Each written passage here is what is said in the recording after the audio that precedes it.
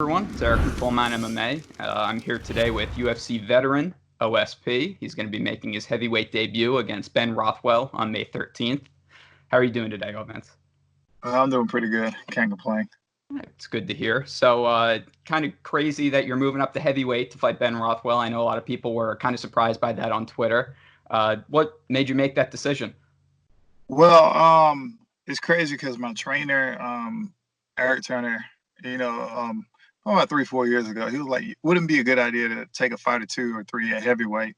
And um, I told him at first. I used to tell him like, "Nah, I'm good. I still can make it a light heavy." Because even with this fight, 2 weeks out before the fight, I was, walking around, 227, pretty much. I was all good for making weight.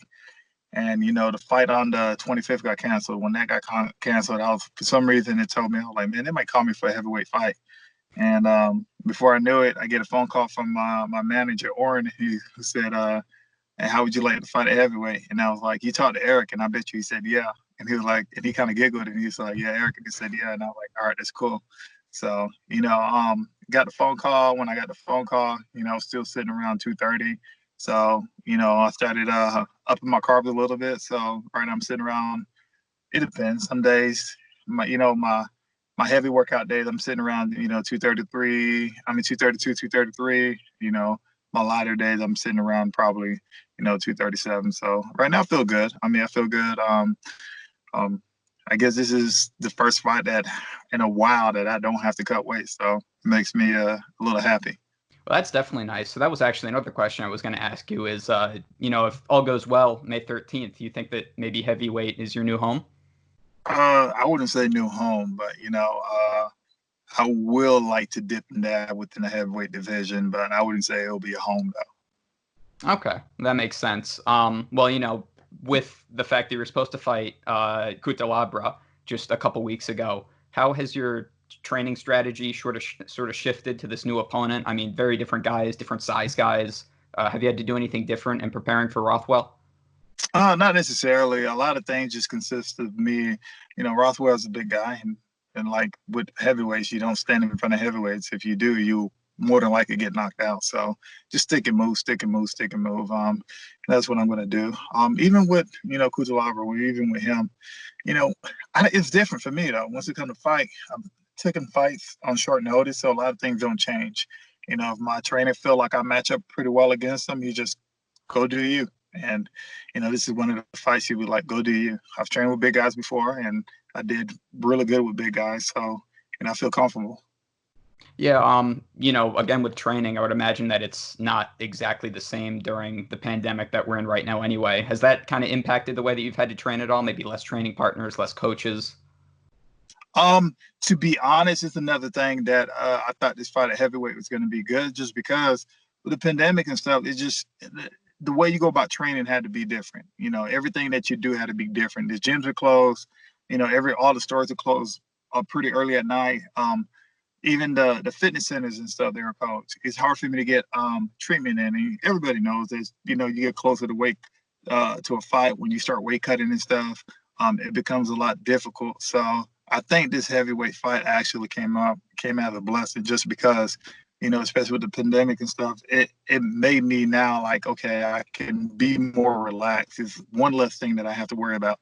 So I think that's one of the positives that came through it. So training aspect haven't been an issue at all. I'm still able to basically run in the morning, and from time to time, like I'll sneak in the gym, do a couple bag work or whatnot. But other than that, since pretty much everything is opening up right now, I found out about the fight last week, and pretty much everything is opened up right now. I've been able to get a couple good training sessions in. Well, that's definitely good to hear. So you're definitely not a small guy by any means, but Ben Rothwell, he's a guy. He weighs in at 265 basically every time he fights at heavyweight, as far as I know. Does that maybe pose just a different threat for you, or how do you plan to handle just the sheer size? Um, just stick to what I know. Don't try to force anything. Usually with heavyweights, you don't force anything. You do that, you're gonna get yourself in a lot of trouble. If it's not there, just get away. Just keep them moving, circling back. and reattack again. So doing that and don't put myself in a position where he can lay on top of me because heavyweights are a lot harder to move. So but just make sure I stay on my wheels. As long as I do that, I'll be fine. Yeah, for sure. It's going to be held in an empty arena in Jacksonville on May 13th. Is that kind of weird for you? I mean, it's certainly been a long time since you haven't had a big UFC crowd behind you.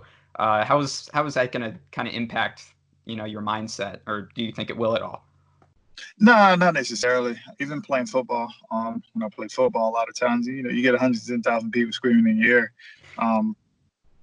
For some reason, I used to always hear our defensive coordinator. You always used to hear him every time. So during the fights, everybody be out doing things, or the crowd be yelling and stuff. I always hear my trainer. So this time, for this time, instead of me actually putting everything on tunnel vision, the tunnel vision will already be there. So I have no problem listening to my trainer, hearing my trainer at all. That's a good point. As far as safety concerns with the fight in Jacksonville, has the UFC made you aware of, are they going to test you guys, or what safeguards are you aware of that they've told you about to make sure that everyone's safe during, this kind of crazy time that we're dealing with? They're definitely gonna, from what I've been hearing, they're definitely gonna test a lot of this, not a lot of the fighters, pretty much everybody. To be honest, being with this event going on and the magnitude of everything that's been happening, the UFC itself, they go through extreme measures to actually do stuff like that. So, I trust them. They know what they're doing, and they probably advise, the best people to actually get the testing done and stuff, just because, on the flip side, you don't want anything to turn around and bite you in the butt. And I think they've covered all those avenues and whatnot. Yeah, definitely. And, finally, last question for me. UFC 249 did get rescheduled. It's going to be, within that 8-day span of these three fight cards. Who do you have in the main event of that fight, Tony or Justin Gaethje? Man, it's hard not to go with Tony Ferguson. It's just hard not to go with him. It's crazy. When you get somebody like that who's unpredictable, who's a madman or whatnot, and whose style has, for the past, 5-6 years has evolved or whatnot. And you can see the trail of people that he leaves behind. Pretty much everybody he fights end up being in almost a bloody mess. So it's just hard not to go his way. And, Gaethje probably, it just like with Gaethje mindset, he had a full camp. Technically he got the fight pretty much in the beginning of April. So, it's he got about a month and a half to get ready for it, but still the mindset about that could be completely different because, if anybody fight Tony, is going to be in for a long night. Yeah, that's true. Those are all the questions I have for today. Did you want to, give any shout outs, maybe a sponsor? The floor is yours. I definitely want to give a shout out to my manager, Orin, my gym, Knox Martial Arts Academy. A shout out to my fraternity brothers, Q Dogs and Vegas South 5 Fraternity Incorporated. My hometown back in Florida, Markham, Florida, and the University of Tennessee. I always give a shout out to University of Tennessee. Well, there you go. Thank you so much for joining us today, OSP. I can't wait to see your fight. And if you guys want to follow him on Twitter, that'll be linked right below his face. So, yeah, that's all. Thank you so much for joining me today. Thank you.